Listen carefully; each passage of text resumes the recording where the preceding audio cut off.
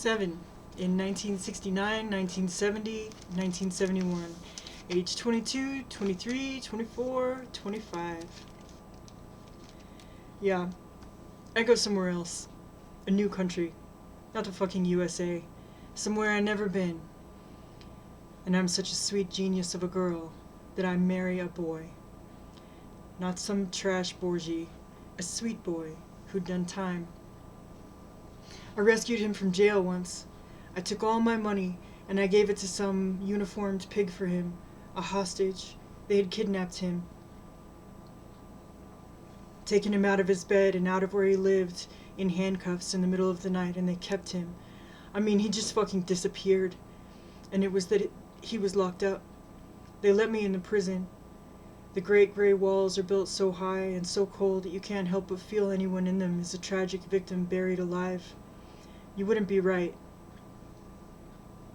But that's what you'd feel. Cold stone, a washed out gray. I was a child standing there. Just a girl, money in my hand, love in my heart, telling the guard I wanted my friend loose and I had come to pay for him to go now with me. I felt like a child because the prison was so big and so cold. It was as if the gray of the Camden streets, only it was standing up instead of all spread out flat on the horizon. It was the streets I grew up on, rising high into the sky with sharp right angles, an angry rectangle of pale gray stone, a washed out gray, opaque, hard, solid, cold, except it wasn't broken or crumbling. Each wall was gray concrete, thick, the thickness of your forearm. A human sense of size, chilling enough to remember precisely, a measurement of space and pain. Once the body testifies, you know. It was cold gray stone, an austere moment, not a castle or a palace or an old monastery or a stone winery in cool hills or archaic remains of druids or Romans or anything like that. It was cold. Stone cold. Just a stone cold prison outside of time, high and nasty, and a girl stands outside it holding all her money that she will ever have in her cute little clenched fist. She's giving it to the pigs for a man. Not her man. A man. A hero. A rebel. A resistor. A revolutionary. A boy against authority. Against all shit. He's all sweet inside. Delicate. A tender one. And on the outside, he's a fighting boy with speed and wit. A street-fighting boy, a subversive, resourceful, ruthless, a paragon, not of virtue, but of freedom.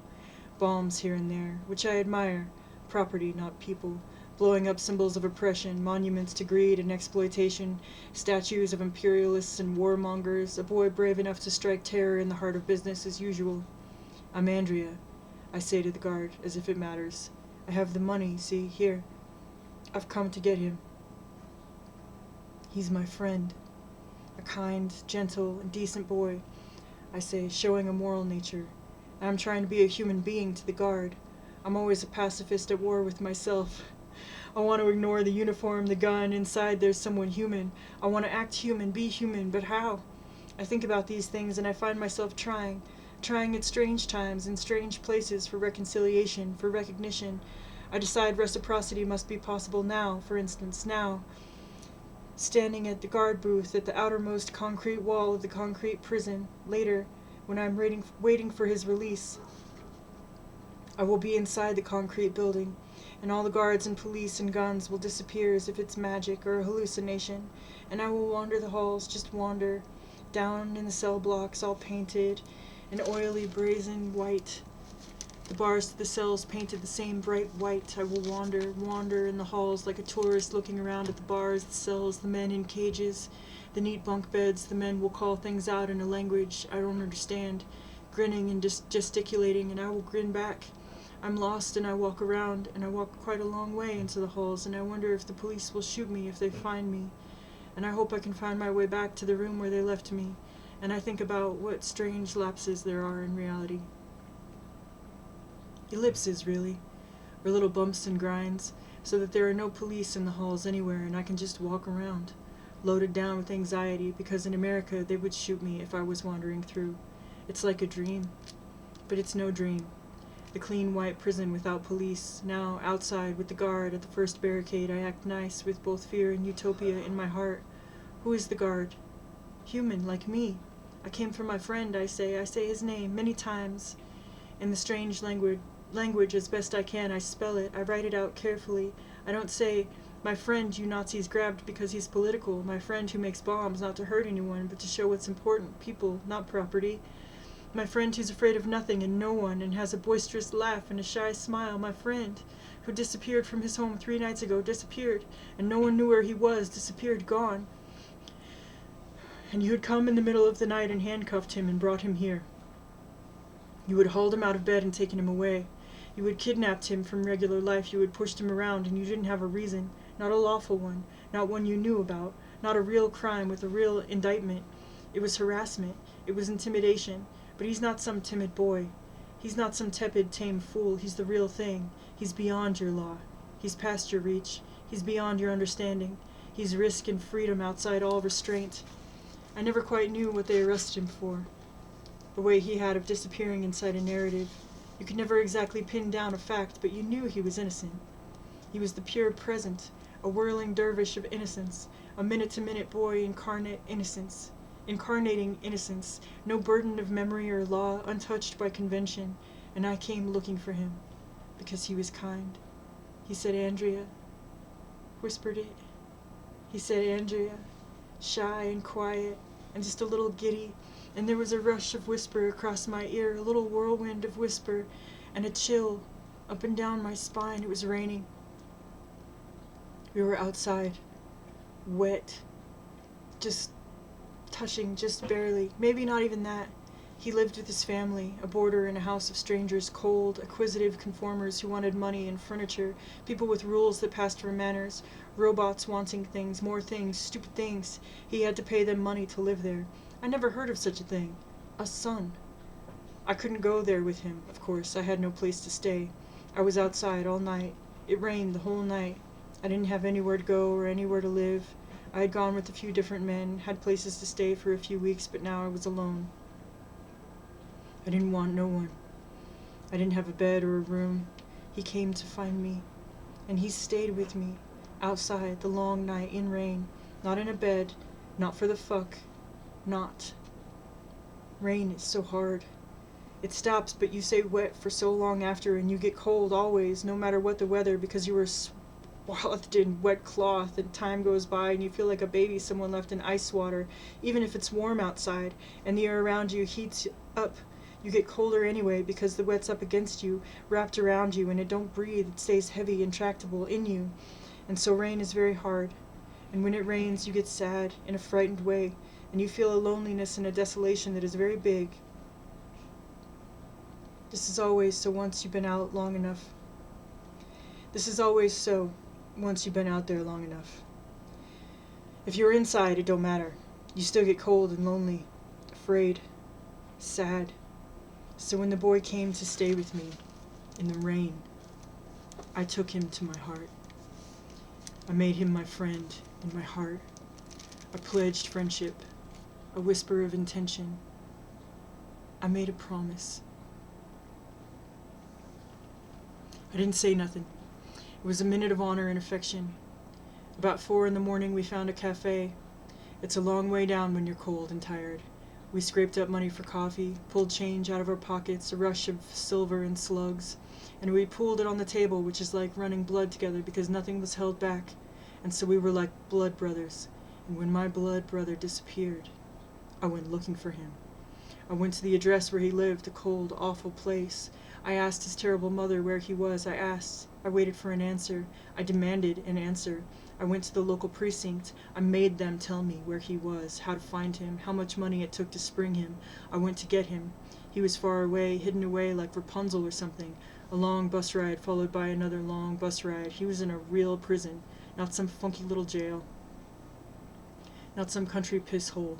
A great, gray, concrete prison in the middle of nowhere, so they can find you if they run. If you run, nail you. And I took all my money, my blood, my life for today and tomorrow and the next day, and for as long as there was, as far as I could count, and I gave it like a donor for his life so he could be free, so the piglets couldn't put him in a cage, couldn't keep him there, so he could be what he was, this very great thing, a free man, A poor boy who would become a revolutionary man. He was pure, courage and action, a wild boy, so wild no one had ever got near him before. I wish I was so brave as him.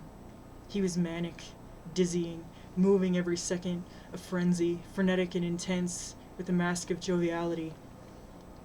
Loud stories, vulgar jokes, and then, with me, quiet, shy, so shy. I met him when he had just come back from driving an illegal car 2 times in the last month into Eastern Europe, crossing the borders illegally into Stalinist Eastern Bloc countries. I never understood exactly which side he was on. He said both. He said he took illegal things in and illegal people out. Borders didn't stop him. Armies didn't stop him. I crossed borders with him later. He could cross any border. He wore a red star and said the Soviets had given him a star of honor from the government that only some party insiders ever got. Then he fucked them over by delivering anarchy in his forays in and out of their fortressed imperial possessions. He had a Russian nickname, his nom de guerre, and since his life was subversion, an assault on society, war against all shit and all authority, his nom de guerre was his name. The only name anyone knew he had. No one could trace him to his family, his origins, where he slept, a son paying rent, except me. In fact, the cops arrested him for not paying traffic tickets. Thousands of dollars, under the conventional birth name. He ended in the real prison resisting arrest. Even in jail, he was still safely underground, the nom de guerre unconnected to him. The body in custody. When I married him, I got his real name planted on me by law, and I knew his secrets. This one, and then others. Slowly all of them, the revolutionary ones and the ones that went with being a boy of his time, his class, his parents, a boy raised to conform, a boy given a dull, stupid name so he would be dull and stupid, a boy named to become a man who would live to collect a pension. I was Mrs. Him, the female one of him by law, a legal incarnation of what he fucking hated, an actual legal entity, because there is no Miss Nom de Guerre, and no girl's name ever mattered on the streets or underground, not her own real name anyway, only if she was some fox to him, a legendary fox. I was one. Yeah. A great one. I had my time. But it was nasty to become Mrs. his Christian names and his daddy's last name, the way they say Mrs. Edward James Fred Smith, as if she's not Sally or Jane. The wedding was my baptism, my naming. Mrs. What he hates, the one who needs furniture and money, the one you come home to, which means you got to be somewhere, a rule, a law, Mrs. the Law. The one who says get the mud off your shoes because it's dirtying the floor. The one who just cleaned the fucking floor, after all. I never thought about mud in my whole fucking life, but when you clean the floor, you want to be showed respect. I lived with him before we got married. We were great street fighters. We were great. No one could follow the chaos we made. The disruptions, the lightning-fast transgressions of law, passports, borders, taking people or things here or there, street actions, explosions, provocations, property destruction, sand and gas tanks, hiding deserters from Vietnam, the occasional deal. We had a politics of making well-defined chaos, strategically brilliant chaos. Then we made love. We did the love because we had run our blood together. It was fraternal love between us, a carnal expression of brotherhood in the revolutionary sense, a long fraternal embrace for hours or days, in hiding, in the hours after when we wanted to disappear, to be gone from the world of public accountability, and he whispered, "Andrea." He whispered it urgently. He was urgent and frantic, an intense embrace. He taught me to cook. In rented rooms all over Europe, he taught me to cook. A bed, a hot plate. He taught me to make soup and macaroni and sausages and cabbage, and I thought it meant he was specially taking care of me. He was my friend. He loved me. We'd make love, and he'd cook. He'd learned in the Navy, mass meals enhanced by his private sense of humor and freedom, the jokes he would tell in the private anarchy of the relatively private kitchen, more personal freedom than anywhere else, doing anything else. He got thrown out. They tried to order him around, especially one vicious officer, And he didn't take shit from officers. He poured a bowl of hot soup over the officer's head.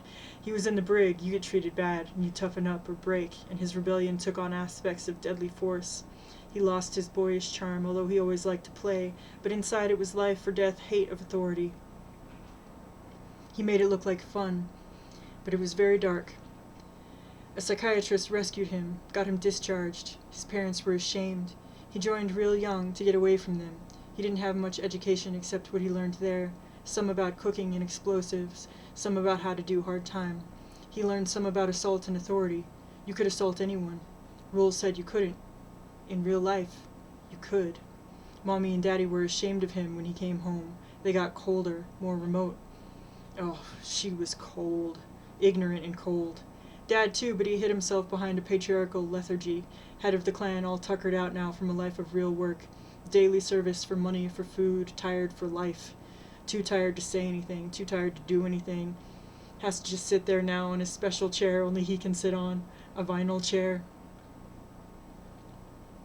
Read the newspaper now, only he gets to read the newspaper, which seems to take all day and all night, because he ponders. He addresses the issues of state in his head. Day and night he sits in the chair all tuckered out. He's cold, a cold man whose wife took the rap for being mean because she did things.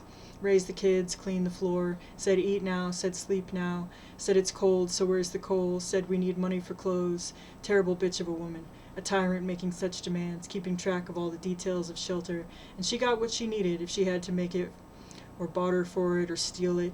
She was one of them evil geniuses of a mother that kept her eye open to get what she needed, what was needed, including when the Nazis were there, occupying when they didn't get fed and everyone was hungry. Dad got to sit in the special chair, all for him. Of course, when he was younger he worked, on boats, including for the Nazis. He had no choice, he is quick to say. Well, not that quick. He says it after a long, rude silence, questioning why it is self-evident that there was no choice, or questioning his seeming indifference to anything going on around him at the time. Well, you see, of course, I had no choice. No, well, they didn't have to threaten, you see. I simply did what they asked. Yes, they were fine to me. Yes, I had no trouble with them. Of course, I only worked on a boat, ship, you see. Oh no, of course, I didn't hurt anyone, no. We never saw any Jews, no, of course not, no. Mom did, of course. Saw a Jew. Yes. Hid a Jew in a closet for several days. Yes. Out of the kindness of her heart. Out of her goodness. Yes, they would have killed her, but she said, "What did the Jews ever do to me?" And she hid one. Yes. Little Jew girl became his daughter-in-law. Times have changed. He would note, and then he would nod ponderously. But it was the hero mommy-in-law who'd say things like, "Do it down," because she did the work of maintaining the family values, fed the family materially and spiritually, but my husband wasn't one of them.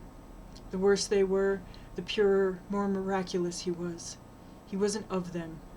He was of me, of what I was and knew, of what I thought and hoped, of the courage I wanted to have, of the will I did have, of the life I was leading, all risk and no tomorrow. And he was born after the war like me, a child of after.